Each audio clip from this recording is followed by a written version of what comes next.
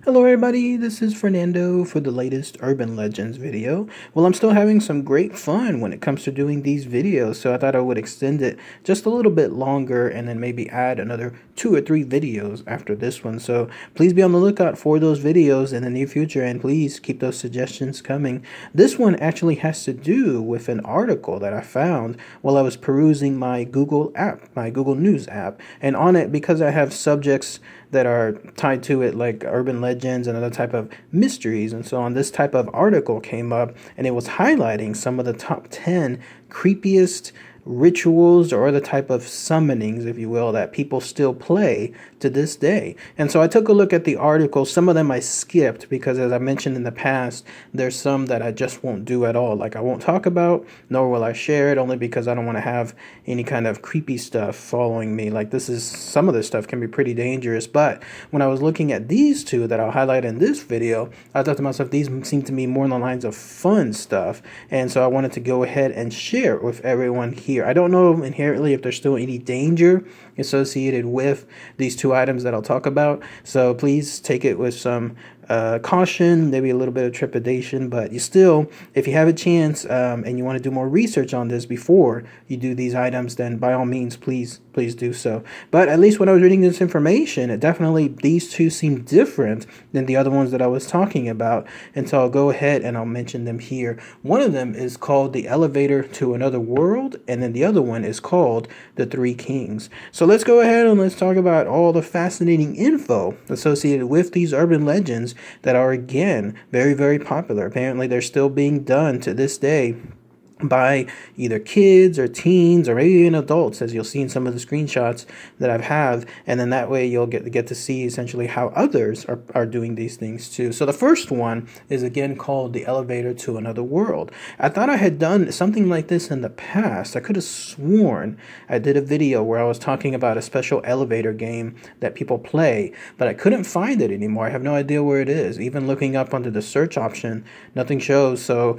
who knows? Maybe I did talk about it just as like a brief 30-second thing, and so here is more of it on the video itself. But this was a game that came from Korea, and then it's actually being played throughout multiple parts of the world. It's a little bit harder to play this game only because of the logistics for it. Basically, you'll need a building that has at least 10 floors on it in order for you to play this game. So, and also because it involves an actual building, you'll need like permission for something like this. So please don't go doing anything like in terms of going just to a random building and playing around with the elevator there. Obviously, if you have any kind of permission as far as being in that building in the first place, then that's a much better deal. But yes, the way it goes is this. First, you find that building that you have permission for, and as long as, again, it has 10 floors, then you're A-okay.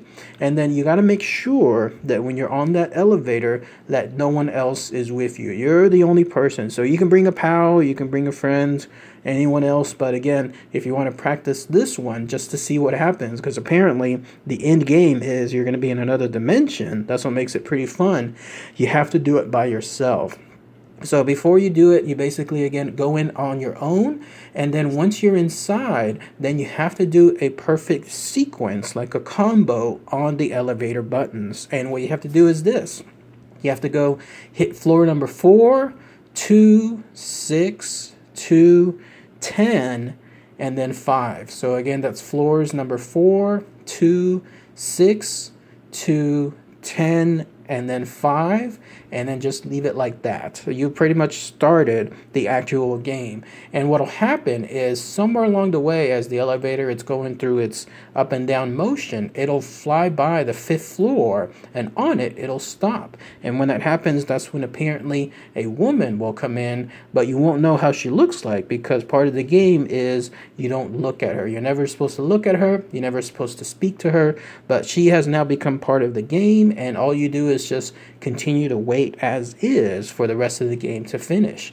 And once that happens, then you simply just wait until it finishes, like after the 5th floor is finished, and then it just sends back to the 1st floor. I don't know if you are picking the 1st floor yourself or if she is doing it for you. Maybe your peripheral vision will tell you if the woman is selecting the 1st floor, or maybe something else is creating the 1st floor button to be picked. But it'll begin going from that down to the 1st floor, But get this, now it's going to go up to the 10th floor. So somewhere along the way, it's going to magically start going up to the 10th floor. This is again after it's the first floor that's selected. So when that happens, then you've reached half of the game itself, because when the 10th floor opens, that's when you go out and you'll see you're actually in another dimension.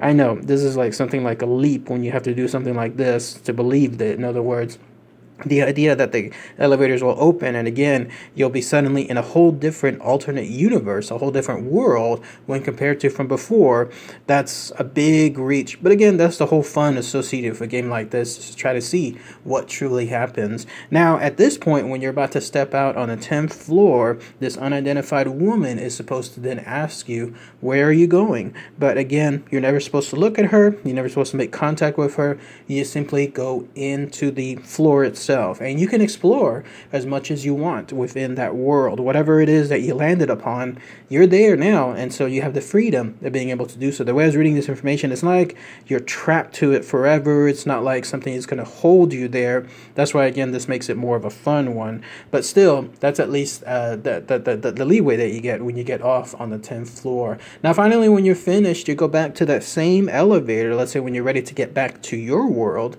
And when you do so, you go into the elevator, and then once again you do another combo. It's the same exact one, that 426 210 5. So again, 426 210 5. And when you do that, magically the elevator is supposed to then go from wherever it was in the other dimension back to your world. And somewhere along the way, either you're going to be fine or the trip itself will be too much for your body, and then that's when you'll pass out. And when you do so, you'll still be fine, because you're apparently going to wake up and you'll be inside your home, and that's where everything will be a-okay. Or otherwise, if you don't pass out, then when the elevator door opens back on the first floor, because again, magically it's supposed to go back to the first floor even though you didn't press it. And I don't know if the woman is still there after you get into the elevator or not, but she may be or she may not. But either way, though, once you get back into the first floor, and maybe she pushed it or something else pushed it, doors open, and then now you're back onto your regular home planet, if you will. So that's what makes this a somewhat fun game as far as this elevator to another world game. It's the idea, again, that you're going to have just a magic sequence of combos on the elevator button, just some random elevator in a random building that you have permission to, but somewhere there, you now have another transportation to another world. It's crazy, right, when you think about it? But again, it's fun to do so at the same time. What are my thoughts on this as far as it happening? Pretty much nil, like zero when it comes to that occurring. But again, that's what makes it so much fun. It's the idea that something like this happened. Imagine if you bring like a friend or two and have each one of them practice something like this, then you're going to see maybe if one of them has success or not. I would advise, though, again, try to get permission for this, because if you do, and you're doing all this stuff up and down, back and forth when it comes to the elevator, that you're going to create a nuisance to all the people that are just trying to go about their daily business. So again, please be careful when you're doing this, just to make sure that you're not doing any kind of trespassing of sorts. Now, the next one that I wanted to talk about that caught my attention was known as the Three Kings. I don't know if this one is more dangerous or not. It kind of does sound dangerous, only because in a minute you'll see why, as far as the presence being in your room all of a sudden where one wasn't before. But it seems like this is more of a benign presence, like this is actually something from past history. And so that's why when I was reading this information, I wanted to share it here, because there are other ones that I've heard about that I don't even want to touch, like stuff involving the Midnight Man and so forth. That kind of stuff that I don't really want to talk about, because that is truly dangerous stuff. But this one, again, seems to be like opening another dimension, another portal again. But this time you're able to converse with someone from the past, like someone with past history. Interesting stuff. I don't really think that this is going to be a scary one, although some of the pictures you'll see, again, it'll be like people are trying to do it in haunted places and other type of locations that do have scary stuff. But again, we shall see. Please take precaution when you're doing something like this. Make sure, again, that you're covering yourself whatever way you want to when it comes to safety, doing these kind of things. But I'm seeing it more along the lines of it being, again, something historical, something fun. That's the way that I read it when I was reading the information. So, but here's how it goes. So, Three Kings is actually a little easier to do depending on where you live. So you'll need a house. So if you live in a house, that's fine. You'll need a basement specifically. Or if you don't have a basement, then you'll need something that has completely no light. So like it's a large room, isolated by itself, no windows, 100% no light. That's why a basement is preferred. Maybe you could do it with an attic. I don't know, but we shall see. But still, the whole idea is you're going to use that, and then you're also going to have two full-length mirrors. So who knows if you have a full-length mirror in your home or not, but you'll need two of them. And then you'll need 3 chairs. And you can do this by yourself, or I think saw some others online that they were doing it with other people there, like one after the other. In other words, not together, but one after the other. But here's how it goes. So once you have it set up, you take those chairs, you either put them on a row or you kind of put them facing each other, and then you put those 2 mirrors either close to each other, like facing towards each other as well, or facing, like in other words, they're parallel to each other, and so they're facing the same area rather than each other. It's weird because I saw various versions of this particular thing online, so I don't know which one is the correct way, but still, you take those 2 mirrors, those 3 chairs, and then you probably just guess, like try to put them in the same best manner that you would think. So what you do is you set it up and then you leave it alone. You leave it alone, at least for now, after you've set it up. The whole idea is that's a purposeful thing, because what happens next will tell you whether you want to move forward with it or not. So you set your alarm then for 3:30 a.m. I don't know why it's 3:30 a.m. specifically, but that seems to be the actual time period that you have to do this. Once you wake up from the alarm, then you go back to wherever you set this stuff in. By then, obviously, it's going to be really, really dark, so you might need a flashlight, at least temporarily. And you're supposed to look for this. You're supposed to make sure that nothing has been moved. In other words, exactly how you placed the mirrors and the chairs, they're supposed to be exactly as is. If you see anything moved, like let's say one of the chairs has kind of turned another way, or one of the mirrors is kind of turned, then stop. You're not supposed to move forward with it, because apparently that's a no-no, like that's a dangerous sign, and you don't want to move forward at that point. But if you don't see anything move, then you're fine. Then everything is cool. And again, that's why when I was reading this, it seemed like this was more of a safer thing. So whenever you do that, then you sit down in one of those chairs. I read in one of them, or you sit down in front of the chairs. Either way, though, you're going towards the darkness. So in other words, you're not facing the mirrors, you're not facing necessarily the chairs. Instead, you're sitting down and then you're facing whatever in front of you. That's the darkness. It could be the wall, it could be some other thing, but you're not facing that stuff. And then you're just supposed to look straight forward. And one of them, I was supposed to, I read that you're supposed to like ask if someone is there.